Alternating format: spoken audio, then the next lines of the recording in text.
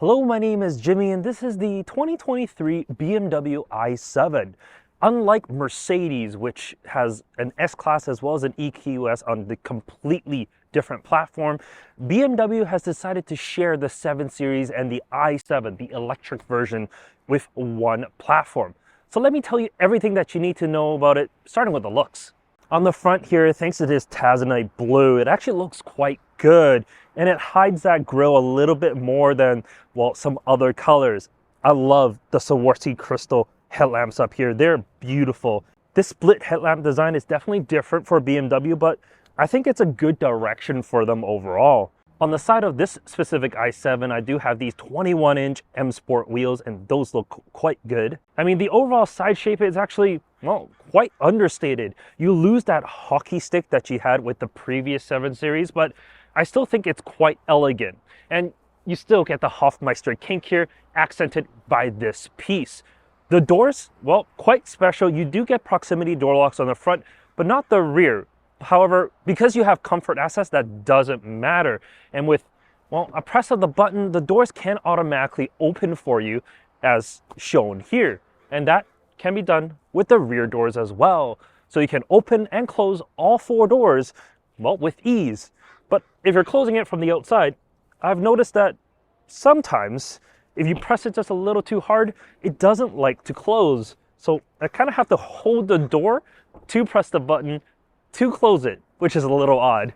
And then around back, you get, well, a really beautifully styled taillights, which I really love. And when you're walking up to the vehicle as it unlocks, it has this kind of glowing effect. It's just, well, really beautiful. But the rest of it, like the side, is quite understated. The sides and the rear, it's, well, very normal looking, whereas the front of the i7 is definitely not. So, I mean, it makes a presentation on the front end, but the sides and the rear, I guess they lost all their styling interest. I'm not sure. But it, you know what? The rest of it is that limousine look. I think it actually looks quite good. It's maybe not as elegant as like the S-Class, but is certainly a lot better in my eyes than the EQS. What you can do is you can, of course, open up the trunk with a button here, or you can kick underneath, and it reveals 11.4 cubic feet. It's a tad smaller than the standard 7 Series at 13.7, but this is still a very large space, and you can still fold down, well, the middle, not the entire rear seats, so you can still hold, well, longer items if you wish. And underneath the floor, there's a little bit more space. But let's check out that cabin. All right, the back seats of the i7. I mean, there's plenty of space in here. I'm 5'11", and headroom and legroom both are very good. This has the rear comfort package, which means these seats are heated, cooled, and massaging. And that's controlled with these little displays here on the right. They're basically like cell phone displays on the side, and actually I like this implementation quite a bit. And you can control like the blinds as well. This rear blind, I love it. It like basically blacks out the entire rear end, which gives me very clear use for the screen. And this screen is amazing. Yes, it's $4,800, but it's enormous. You have your Fire TV on it, so there's like Netflix and YouTube and all that good stuff. But you also have an HDMI port, so you can plug in your computer, PS5, all that good stuff as well. So you can really enjoy yourself back here. And I mean, if you're thinking, oh, where's my cup holders? Well, next to the Qi wireless charger that's right here, you press a button, cup holders right there. How smart is that? Because they moved the screen, which most vehicles have right in the center, to the side, it frees up this space. Fantastic. And I mean, it's just a great place to be. I have a USB port in the front here with this little mechanical slider, which feels really premium. And you can plug in accessories in that, like an iPad mount and whatnot. But really, why do you want an iPad mount when you have this giant display in front of you? I can watch some CTV, some Crave, whatever I want. But I do have to go to the front seats. But before I do, let me tell you about car seats. I am a child passenger safety technician, and because the i7 is absolutely massive, getting child seats in here was a breeze. On the driver's side, here's a Collect Lane infant seat. No problems getting that child seat in here. And on the passenger side, here's a rearward facing Collect FUMF. Once again, same thing, no problems getting that child seat in here, plenty of space within the cabin. There are two sets of lower anchors, one on the driver's side and one on the passenger side, and they're just right behind this flap here, and it actually is quite easy to use because once it is up, it actually holds itself up. Very, very nice design. And you still get 3 upper anchors behind the rear bench here. So, well, you can place a forward-facing child seat in any of the positions. But let's head up to the front. All right, the front seats. Just like the rear, they're heated, cooled, and massaging, and they're very, very, very comfortable. I actually really like this wooden accent that's here on the side. There's absolutely no use of that whatsoever, but it looks beautiful. I love it. And I mean, I love BMWs because not only is the seats heated, but you get heating surfaces on the side here, which means the center console as well as the door cards, well, it keeps your, well, elbows really nice and warm. It's just lovely. In front of me, you got your pretty typical BMW steering wheel. It's different than the iX, which I thought was quite different already, but this one's not bad. You got all your typical buttons that you would need, and they're actually logically placed, and it isn't like confusing. There's not too many buttons on here. I actually really like this quite a bit. What's a little weird is there's a boost paddle on the left side, but nothing on the right.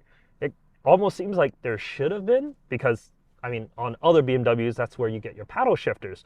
It's the same paddle shifter, but you just get one on the left, labeled as boost. Anyways, behind that, you do get a full digital screen. It's quite customizable. Maybe not as much as like Mercedes, but still pretty good, let's be honest. You can have your digital displays on here. You can change the theme. I mean, there's a lot that you can do with it. And same goes with the heads-up display. Plenty of information can be shown on that as well. The main display in the center here, it is driven by the latest iDrive connectivity, so it actually works really well, but it's a little confusing for some. However, once you like get used to it, it's not bad. Climate control can be a little frustrating because everything is in a menu now, rather than like a dedicated button that you had before. And chances is you're using CarPlay most of the time or Android Auto, and well, that's gonna take up the entire screen anyway. So honestly, not too bad. And you still get touchscreen or the iDrive knob in the center. So you have the functionality of, whichever you like. Overall, the interior, while it is very simple and clean, it's a very usable interior and everything is quite logically placed. For example, on the driver's side here, if I press this seat button, it brings up all my seating controls on the main screen. If I press my modes in the middle, it brings up all the drive modes. Actually, it's smart. And like, press the lighting button up here, it goes into all my lighting configuration. If I press this button right here, it changes like the headlights and whatnot. So the buttons, while different than older BMWs, they're still like in the similar placements of it. So it's not that bad. And for most people, it actually should be quite easy to use. And chances is you'll leave most of that on auto anyways. But let's talk a little bit about the powertrain here before we go for a drive. The i7 comes with dual electric motors without any rare earth metals. Combined, it makes 536 horsepower and 549 pound-feet of torque. With a 101.7 kilowatt-hour usable battery, it has a range of 512 kilometers or 318 miles. Peak charging rate is at 195 kilowatts, which means you should be able to get from 20 to 80% in about half an hour. However, one of the biggest questions always asked is, how does an electric BMW drive? Because the BMWs has always been the ultimate driving machine. And I'm pleased to say that this i7 still drives like a BMW should. It's very sure-footed and it's very, very planted. Sure, it does have your usual electric torque, and if you floor it, it's quick, absolutely, and it's paired with a little bit of noise thanks to Hans Zimmer. And well, right now I'm in normal mode, but if I change my modes to sport, not only does the ambient lighting change to, well, kind of match that M look, which I do really, really like, it also activates more sound. There's even a launch mode in here. There's a car in front of me, so I can't really accelerate that much.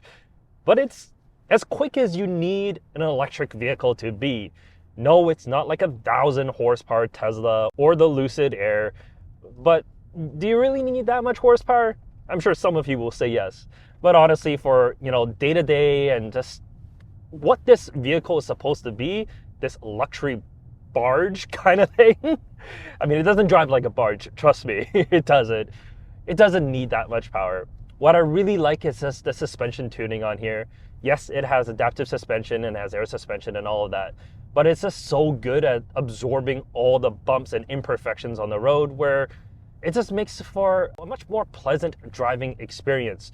Sure, you can put it in sport mode like I have it right now, which does firm things up a little bit, and it does, well, make the steering a little heavier, but it doesn't have much more in terms of feel.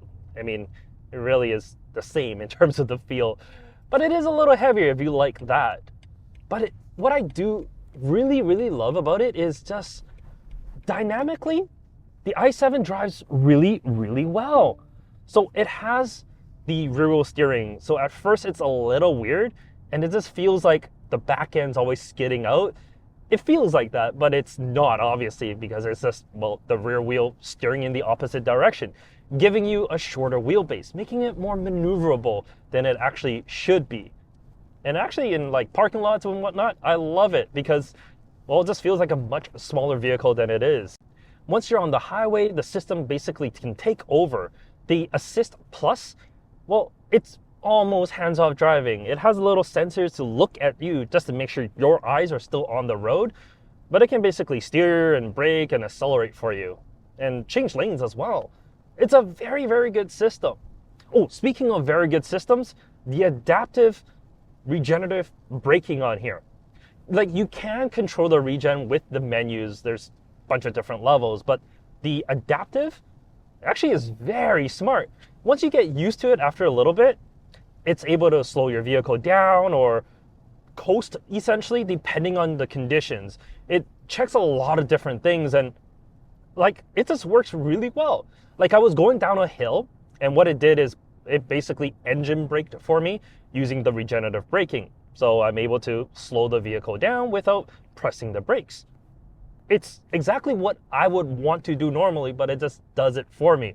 How cool is that? It's effortless. And that's what I really like about this. It really is effortless.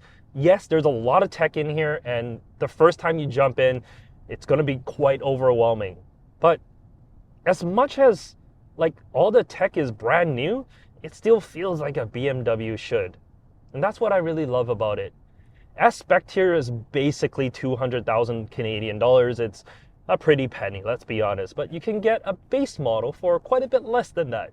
You don't necessarily need all the options that this has. I mean, if you're looking at a vehicle of this caliber, you probably would want all of this, if not more. Like, you can spec even more on top. But I think that's really it. Thank you for joining me in this just peaceful serenity of an electric car. It's not about how fast it is. It's about, well, actual luxury. And this comes in waves of that. Thank you so much for watching. Like the video if you do. Subscribe if you want to see more. And we'll catch you next time. Take care.